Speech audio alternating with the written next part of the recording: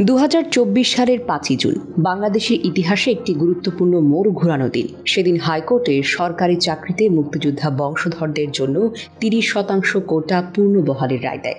এই রায় দেশের তরুণ প্রজন্মের মধ্যে ব্যাপক প্রতিক্রিয়া তৈরি করে। তারা এই সিদ্ধান্তকে মেধা ও যোগ্যতার বিরুদ্ধে বৈষম্যমূলক বলে মনে করে। এর প্রতিবাদে ছাত্ররা শঠিত হলে বৈষম্য বিরোধী ছাত্র আন্দোলন দ্রুত ঢাকার গণ্ডি গড়িয়ে চট্টগ্রাম, রাজশাহী, ময়মনসিংহ, রংপুর সহ দেশের অন্যান্য বিশ্ববিদ্যালয়ে ছড়িয়ে পড়ে। 15 জুলাই ঢাকা বিশ্ববিদ্যালয়ে চলমান শান্তিপূর্ণ আন্দোলনের ওপর ছাত্রলীগের সহিংস হামলা এবং পরদিন রংপুরে পুলিশের গুলিতে আবু সাইদের মৃত্যু দেশজুড়ে তীব্র প্রতিক্রিয়া সৃষ্টি করে। এই হত্যাকাণ্ড আন্দোলনকে আরেক ধাপে নিয়ে যায়, একটি চলমান বিপ্লবে পরিণত হয়। 16 জুলাইয়ের পর আন্দোলনে যোগ দেন শিক্ষক, কর্মচারী, নারী ও সাধারণ মানুষ। বর্ষার তীব্রতায় ভিজলেও আন্দোলন থেমে থাকেনি, বরং দিনে দিনে তা আরও বিস্তৃত হয়। মাত্র এক সপ্তাহের মধ্যে প্রত্যেকদিন নিহতের সংখ্যা 32 থেকে বেড়ে 75 জনে পৌঁছায়। সরকার দাবি করে মোট নিহত 215 জন, তবে বিভিন্ন গণমাধ্যম ও মানবাধিকার সংস্থার তথ্যমতে এই সংখ্যা 300 থেকে 500-তে দাঁড়ায়। একটানা 6 সপ্তাহ চলে এই অভূতপূর্ব গণ আন্দোলন।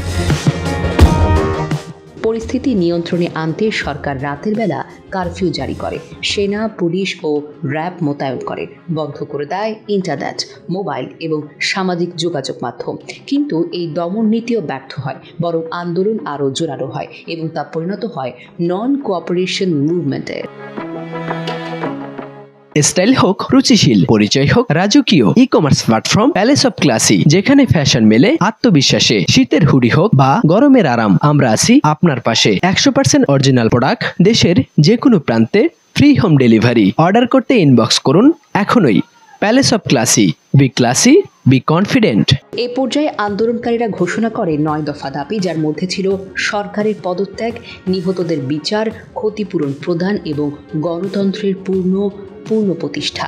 ক্রমবর্ধমান গণচাপের মুখে 5 আগস্ট প্রধানমন্ত্রী শেখ হাসিনা পদত্যাগ করেন এবং ভারতে আশ্রয় নেন। এর ফলে দেশে গভীর সাংবিধানিক সংকট দেখা দেয়।